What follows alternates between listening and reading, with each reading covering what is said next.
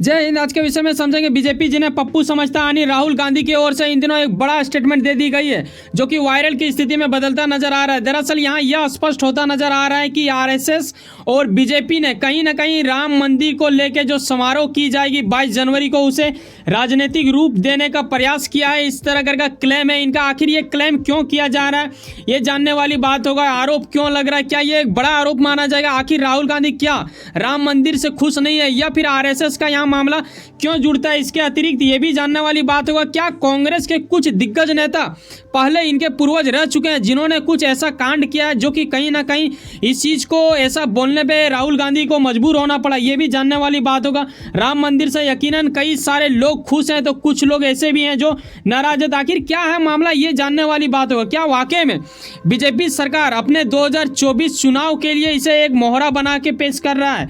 तो ये एक बड़ी बात हो जाती है। और ऐसे में जब पप्पू यानी राहुल गांधी एक कांग्रेस के दिग्गज नेता की ओर से आरोप लगाया जाए तो भाई साहब खास बात तो हो ही जाता। तो आओ स्टेप बाय स्टेप समझते हैं कि आखिर मामला कहां से क्या शुरू हुआ है।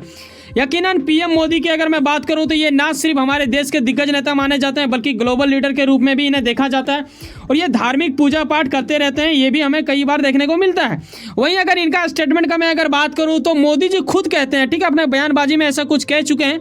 उसी चीज़ को मैं आपको बता रहा हूं कि महात्मा गांधी कहते थे, ठीक है, यानी वो कहा करते थे कि रामराज का विचार ही सच्चे लोकतंत्र का विचार है। गांधी जी ने ऐसा कहने के पीछे वर्षों का उनका अध्ययन था, उनका दर्शन था। ऐसा पीएम मोदी ने अपने बातों में रखा। यानी अगर आप देखो तो इनडायरेक्टली क्या कर रही है बीजेपी के दिग्गज नेता, यानी हम बात कर रहे हैं पीएम मोदी, कहीं ना कहीं इनडायरेक्टली अगर जोड़ने की बात करूं तो वो कांग्रेस को ही जोड़ रहे हैं क्योंकि महात्मा गांधी पहले कांग्रेस से ही आया करते थे, है ना, तो उनके ओर से ऐसा कुछ कहा गया था। तो वही चीज़ को रामराज को ये स्पष्ट कराने की बात कर रहे थे और अपने बातों को एक तरह से एग्जाम्पल के माध्यम से रख रहे थे। वहीं आगे इन्होंने ये भी कहा कि पीएम मोदी का यह भी मानना है कि भाई साहब रामराज यानी एक ऐसा लोकतंत्र है जहां नागरिकों की आवाज़ सुनी जाती थी और उसे उचित सम्मान मिलता था। ये चीज़ काफ़ी ज़्यादा खास है। अगर आप धार्मिक रूप से भी देखो तो आप उसमें भी पाओगे कि देखो ऐसा नहीं है कि सिर्फ हिंदू ही उनको फॉलो करे प्रभु श्री राम को। अगर आप अदर कास्ट से भी हैं या फिर अदर धर्म से भी हैं तो आप भी ये कर सकते हो। बिल्कुल ऐसा कोई ये वाली बात नहीं है कि सिर्फ सनातन धर्म वाले लोग ही ऐसा कुछ मानेंगे, क्योंकि राम में प्रभु श्री राम का एक ऐसा मतलब चरित्र था उनका जिसे देख के सुन के समझ के आप इतना अधिक चीज़ सीख सकते हो। एक ऐसा विश्व की कल्पना कर सकते हो जो कि एक अद्भुत होगा जिसे शायद ही आपने कभी सोचा होगा। तो इस चीज़ को कहीं ना कहीं दर्शाता है। महात्मा गांधी ने भी इस तरह करके बातों को रखा है अपने, उनका कोड कई बार यूज करते हैं महान लोग, जैसे कि अभी पीएम मोदी ने भी पीछे यूज किया जो कि मैंने आपको बताया। लेकिन इस पर भी कोई शक नहीं है कि अयोध्या में जो राम मंदिर तैयार बनके हो चुकी है जिसे 22 जनवरी को एक तरह से प्राण प्रतिष्ठा कर दी जाएगी जो कि एक अद्भुत दृश्य होगा। उन दिनों एक हलचल, एक नया त्यौहार दिवाली सब बनेगा। लेकिन बीजेपी के खिलाफ चलने वाले कई सारे विपक्ष दल, ना सिर्फ कांग्रेस बल्कि अदर भी, कहीं ना कहीं मतभेद रहा है इस चीज़ को लेके। वर्षों से बीते इतिहास में भी अगर आप पन्ने पलटोगे तो आपको ऐसा कुछ पता चलेगा। और अभी इंडिया गठबंधन के कई सारे नेता भी इन चीज़ों में, कुछ लोग जाएंगे कुछ लोग नहीं जाएंगे, ऐसा भी कुछ देखने को मिलेगा। यहाँ पे राहुल गांधी का भी क्या होगा, ये जाएंगे या नहीं जाएंगे, ये वीडियो के अंत में आपको यकीनन पता चल जाएगा। यहाँ तक आपको समझ में आ रहा है कि आखिर मोदी जी ने क्या कहा, ये चीज़ हमें समझ में आया। अब सवाल ये आता है कि आखिर राहुल गांधी ने ऐसा क्या किया और इनके ओर से ऐसा क्यों बयानबाजी दी गई, ये जानने वाली बात है। देखो ये भाई साहब भारत जोड़ो यात्रा पिछले साल कर चुके हैं और इस साल ये फिर से 14 जनवरी से शुरू कर दिए हैं। क्या भारत जोड़ो न्याय यात्रा, उसमें न्याय शब्द को इन्होंने जोड़ा है और उसी चीज़ को लेके ये चर्चा कर रहे हैं। इसी बीच में नागालैंड में ये कुछ ऐसा कुछ करते हैं और यहाँ से ये सब बातें थोड़ा बाहर निकलती हैं। कई प्रकार के आर्टिकल जो कि मैंने पीछे दिखाया, आगे भी मैं दिखाऊंगा। देखो राहुल गांधी का धर्म को लेकर यही कहना है कि जो सचमुच धर्म को मानते हैं, ठीक है, या फिर आप अगर धर्म को जानते हो तो वो धर्म के साथ पर्सनल रिश्ता रखता है। यानी इनका ये कहना है कि भाई साहब अगर आप धर्म से हो तो आप अपना पर्सनल रिश्ता रखोगे। वो अपनी लाइफ में उस धर्म का प्रयोग करता है। अगर आप किसी धर्म से कोई चीज़ सीखते हो तो उस चीज़ को अपने जीवन में उतारो, ऐसा इनका कहना है। लेकिन जो धर्म के साथ पब्लिक रिश्ता रखता है वो कहीं ना कहीं धर्म का फायदा उठाना चाहता है। यानी इनडायरेक्टली ये बीजेपी को ही टारगेट करते हुए ये बताना चाह रहे थे कि बीजेपी भाई साहब, और अभी आगे आर्टिकल में आप देख लोगे स्पष्ट भी कि आरएसएस और बीजेपी ने कहीं ना कहीं प्राण प्रतिष्ठा को अपना एक तरह से समारोह बना लिया है, एक राजनीतिक समारोह बना लिया है। ऐसा कुछ ये आरोप लगाता नजर आ रहे हैं। इनके शब्दों से यही झलक रहा है। वही यहाँ पे पे आप देख रहे हो कि कांग्रेस के दिग्गज नेता माने जाने वाले राहुल गांधी की ओर से ऐसा कुछ कहा गया कि प्राण प्रतिष्ठा को बीजेपी और आरएसएस की ओर से राजनीतिक कार्यक्रम बताया गया। ये एक गजब ही एक अद्भुत दृश्य हो जाता है जब आप इन तीनों को देख लेते हो, और ये तीनों अपने आप में एक महान है। ये चाणक्य बोले जाते हैं, ये ग्लोबल लीडर के रूप से उभरते हैं। बाबा योगी बुलडोजर, इन्हें कौन नहीं जानता है, पूरा विश्व में शायद कुछ कुछ देश भी, अदर देश भी इन्हें पहचानते होंगे। इंडिया में तो बाकी राज्य वाले जानते ही हैं, बाकी राज्य का अगर सीएम को उठा लो तो शायद ही उनके राज्य वाले भी कुछ लोग नहीं जानते होंगे, लेकिन वहीं बात करें योगी का तो इनका नाम एक अलग ही अद्भुत एनर्जी के साथ लिया जाता है। ये एक अच्छी बात हो जाती है, लेकिन कहीं ना कहीं हमें समझना पड़ेगा जब ऐसा कुछ आरोप लग रहा है तो क्या इसके पीछे कोई षड्यंत्र होगा, क्या राहुल गांधी कहीं ना कहीं खुद को बचा रहे हैं, क्या राहुल गांधी डर चुके हैं, ये कहीं ना कहीं प्रश्न आता है। ठीक है, जो कि कहीं ना कहीं हमें आगे भी देखने को मिलेगा। राम मंदिर प्राण प्रतिष्ठा को लेकर भारत में अधिकांश लोग उत्साहित हैं। राम मंदिर उद्घाटन में राहुल गांधी शामिल नहीं होंगे। भाई साहब एक बार आप फिर से सुन लो, ये शामिल नहीं होने वाले हैं, ऐसा कुछ उनके ही कुछ दिग्गज नेता की ओर से, खड़गे जी की ओर से भी ऐसा कुछ स्टेटमेंट दे दी गई है।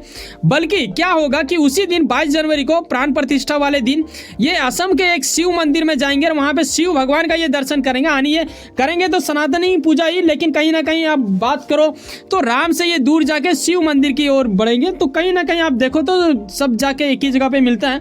अब देखने वाली बात होगा कि इसके ऊपर कई सारे लोग अपनी टिप्पणियां जरूर करना चाहेंगे। अवश्य कमेंट बॉक्स आप ही के लिए खाली है, अपनी विचार साझा जरूर करें। इन लोगों की ओर से ऐसा कुछ स्टेटमेंट दे दिया गया है कि ये 22 को वहाँ पे नहीं पहुँचने वाले हैं अयोध्या राम मंदिर प्राण प्रतिष्ठा में, जो कि एक अद्भुत दृश्य होगा। उस दिन एक दिवाली का लहर उठेगा जो कि एक इतिहास में लिखने योग्य जैसा माना जा रहा है, ऐसा सूत्रों के हवाले कई सारे बुद्धिजीवों का कहना है।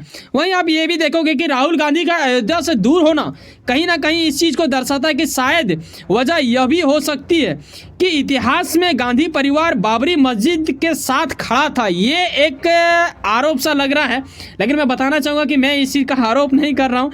दरअसल जब मैंने इसके प्रति रिसर्च कर रहा था तो मुझे कुछ ऐसा हाथ में लगा जिससे मैं ये आपको स्पष्ट करवा दूंगा। आगे आप स्टेप में समझोगे कि आखिर बाबरी मस्जिद में गांधी परिवार क्यों खड़ा था, क्या नहीं था, ये थोड़ा बहुत तक मतलब शॉर्ट में समझने की कोशिश करेंगे। ये रहा बाबरी मस्जिद का कुछ तस्वीर धुंधली सी, जिसे धांस दिया गया था 1992 की ओर अगर हम बढ़े तो। लेकिन 1991 में अगर आप देखो तो राहुल गांधी के जो यहाँ पे है ना स्वर्गीय उनके पिताजी राजीव गांधी जी ने 1991 में कहा था, किसी ने बाबरी को छूने की कोशिश की तो वह सामने खड़े हो जाएंगे। यानी राजीव गांधी कह रहे थे अगर बेटा अगर तुम लोगों ने ऐसा कुछ किया तो मैं खड़ा हो जाऊंगा, कहीं ना कहीं मेरे प्राण के ओर से गुजरना होगा, तुम्हें मुझे मारना होगा, तभी जाके ऐसा कुछ हो सकता है। ऐसा राजीव गांधी का स्टेटमेंट रह चुका है 1991 में। अगर आप आर्टिकल ढूंढोगे इनके प्रति तो कहीं ना कहीं आपको मिल जाएगा। ये कहीं ना कहीं उनसे जुड़ाव रखते हैं, तो राहुल गांधी के ऊपर थोड़ा असर दिखने को मिलेगा ही। और राम मंदिर के लेके काफ़ी ज़्यादा विचार उन दिनों भी चल रहा था, आज भी चल रहा है। आज तो भाई साहब हम लोग हासिल भी कर लिए, तो ये एक बड़ी जीत मानी ही जाती है। लेकिन साथ ही यहाँ ये भी देखो, क्योंकि जब मैंने गांधी परिवार कहा तो कम से कम 1 से 2 होना चाहिए, तभी जाके आपको ये समझ में आएगा। अगर मैं बात करूँ साल 1998 का, तो हैदराबाद के एक रैली में सोनिया गांधी ने कहा था, गांधी परिवार से कोई सत्ता में होता तो अयोध्या में 6 दिसंबर 1992 में बाबरी मस्जिद को एक तरह से मतलब ये ढांचा क्या है यार, ध्वस्त नहीं होता, यानी मतलब धास नहीं दिया जाता। आज के लैंग्वेज में अगर हम बोले तो बुलडोजर नहीं चलता उसके ऊपर। तो ऐसी कुछ स्थिति कौन बोल रहा है? सोनिया गांधी 1998 में ये कह रही है, और उससे पीछे मैंने 1991 में दिखाया कि राजीव गांधी। ये 2 आपने देख लिया। फिर अगर आप देखो तो इनका लहर यहाँ खत्म नहीं होता, ये आगे भी क्या कहते हैं, एक मुस्लिम का एक समारोह हो रहा था, वहाँ पर ये जाते हैं 1999 में सोनिया गांधी, और वो कार्यक्रम में कहते हैं कि बाबरी मस्जिद की घटना को कभी भुलाया नहीं जा सकता। कहीं ना कहीं इस चीज़ से यही स्पष्ट हो रहा है, कहीं ना कहीं इनडायरेक्टली अगर आप अनुमान लगाओ तो यही लगेगा कि ये परिवार कहीं ना कहीं बाबरी मस्जिद की ओर थोड़ा ज़्यादा खड़ा होता नजर आ रहा है। कहीं ना कहीं राम मंदिर का अगर बात उठता है, मैं बता दूं शुरुआत में पता है राजीव गांधी ने भी राम मंदिर को लेकर एक अच्छा पोजीशन अपना रखा था, फिर अचानक उनके हार होने के बाद ऐसा कुछ प्रतिक्रिया बदलने लगती है। कहीं ना कहीं उन्हें लगने लगता है कि नहीं अब तो बाबरी मस्जिद ही हमें बचा पाएंगे, ऐसा कुछ शायद उनको लगा होगा। एक कल्पना के अनुसार मैं बोल सकता हूँ, या फिर एक संभावना का, इस चीज़ को मैं क्लेम नहीं करता, जो आर्टिकल में दिखा है वो चीज़ मैं आपको बता दिया। अब आगे ये भी समझने वाली बात होगा कि फिलहाल प्रक्रिया क्या दिया गया। जैसे कि मैंने आपको पीछे बताया कि भारत जोड़ो यात्रा उन्होंने पहले शुरू किया था, अभी इन दिनों 14 जनवरी से ये भारत जोड़ो न्याय यात्रा कर रहे हैं। लेकिन कुछ संत जो इनसे खपा हो चुके हैं उन लोगों को ये कहना है कि भाई साहब ये न्याय यात्रा नहीं कर रहे हैं, लेकिन अन्याय यात्रा जरूर कर रहे हैं, क्योंकि ये राम भगवान के विरोध में चल रहे हैं, ऐसा कुछ संतों का कहना है। और यकीनन आपको पता होगा ये काफ़ी ज़्यादा मेहनत के बाद ऐसा कुछ सफलतापूर्वक किया गया है। लेकिन वहाँ पे कुछ संतों ने ये भी दर्शा दिया कि राहुल गांधी को उन्होंने कहा अपने शब्दों से कि आप देशद्रोहियों के पास जाते हो, ठीक है, राष्ट्र विद्रोहियों के पास जाते हो, अलग मजहब के पास जाते हो, अलग संप्रदाय के पास जाते हो, तो जब सनातनी से बुलावा आता है तो आप क्यों नहीं आते हो, क्या आप डर गए हो? ऐसा कुछ कहीं ना कहीं प्रश्न भी डाला गया। ये भी एक जानने वाली बात होगा, आप अपनी राय जरूर दे सकते हो। और कुछ संतों ने यह भी कहा कि भाई साहब यहाँ जो भी आते हैं उसे हम राम भक्त समझते हैं, चाहे वो कांग्रेस से हो, चाहे बीजेपी से हो, चाहे कोई अलग पार्टी से हो। तो ये भी समझने वाली बात होगा। संतों की ओर से दो बात निकली। वैसे सुनो ना, कहीं ना कहीं आप कुछ ना कुछ काम करते होंगे, यकीनन अपने काम के प्रति काफी ज्यादा उम्मीद रखते होंगे, यकीनन आपका मेहनत आपका मंजिल बन के मिला। वैसे सुनो ना, सब्सक्राइब कर लो वर्ल्ड अफेयर्स पॉलिटिक्स और जुड़े रहो मुझसे। चलो मिलते हैं किसी नेक्स्ट वीडियो में। जाने से पहले एक बात ख्याल रखना, एक सब्सक्राइब जो बिल्कुल फ्री होता है करके जाना। बाय, जय हिंद, जय भारत।